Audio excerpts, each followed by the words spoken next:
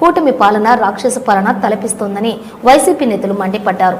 ఏపీని అప్పులు ఆంధ్రప్రదేశ్గా మార్చారని ఆరోపించారు. టీడీపీ నేతలు ప్రజల్లోకి వెళ్లేందుకు భయపడుతున్నారని అన్నారు.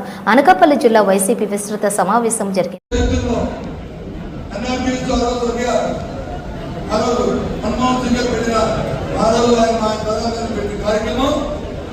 ఏనాడు కూడా 15 రోజుల నుంచి వేపిల్లు కూడా కన్నా లేదు.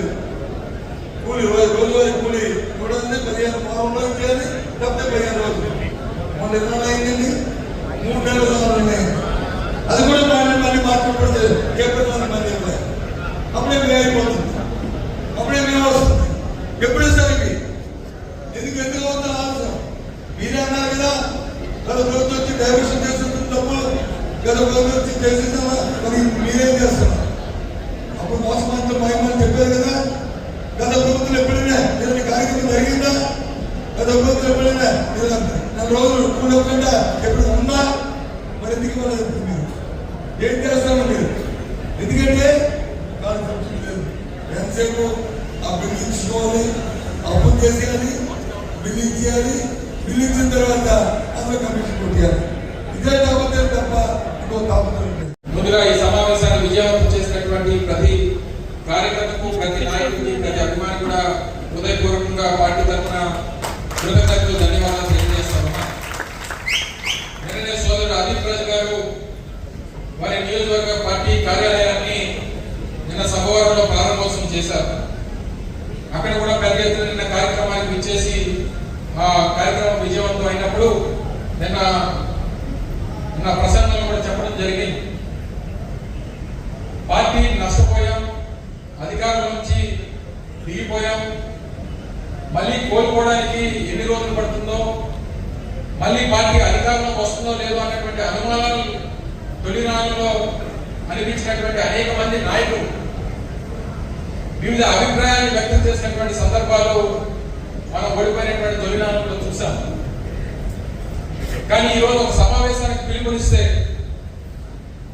పార్టీ కోసం, పార్టీని మళ్ళీ తిరిగి అధికారంలోకి తీసుకురావడం కోసం మన పార్టీ నాయకులు, కార్యకర్తలు పడుతున్నటువంటి తపన చూసిన తర్వాత ఎట్టి పరిస్థితుల్లో అనుమానమే ఉండాల్సినటువంటి పని లేదు. 2029లో మళ్ళీ పార్టీ అధికారంలో రావడం అనేటువంటి విధంగా ఈరోజు సమావేశాలు జరుగుతూ ఉన్నాయి.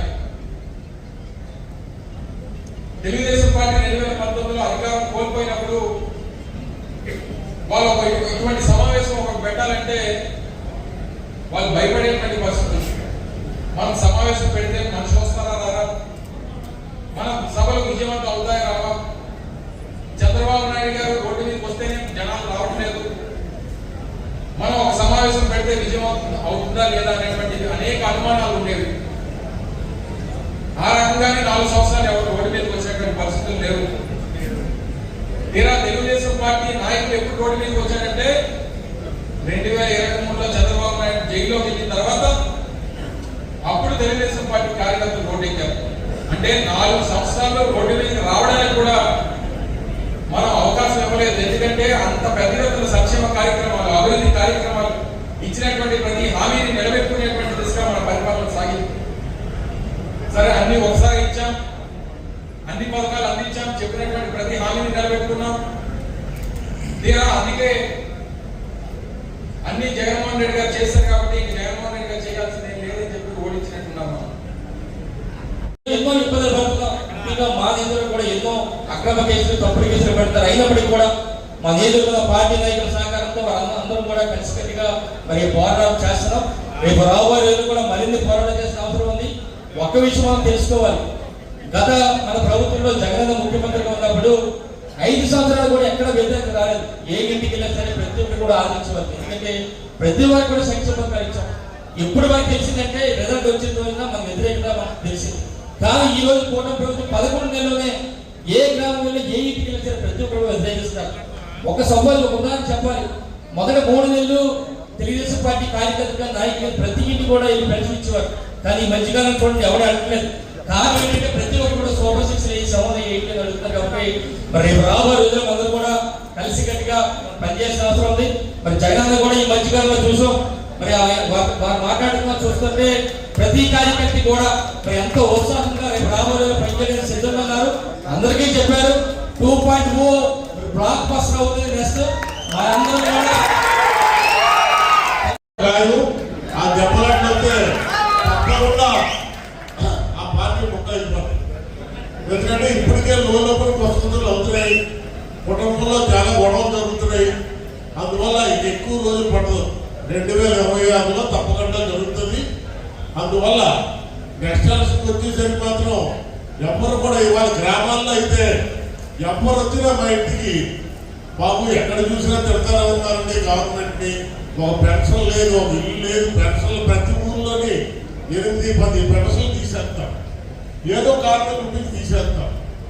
మరి అదేవిధంగా ఈ హౌసింగ్ అన్నది కంప్లీట్గా నిర్వీర్యం చేస్తే మరి అమ్మఒడి నిర్ణయం అంటున్నాడు చంద్రబాబు నాయుడు గారు ఏదో ఇస్తారని, ఆయన చెప్పింది చేయడు, ఆయన దేవుడు గొప్పదనం అది ఏదైతే కూడా చేయడు.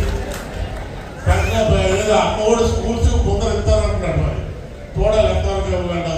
ఇవ్వడానికి మన రాష్ట్ర బడ్జెట్ లో పేదంత బొక్క ఉంది, ఈ బొక్కన కూర్చాలంటే మాటలతో మరి కాదు.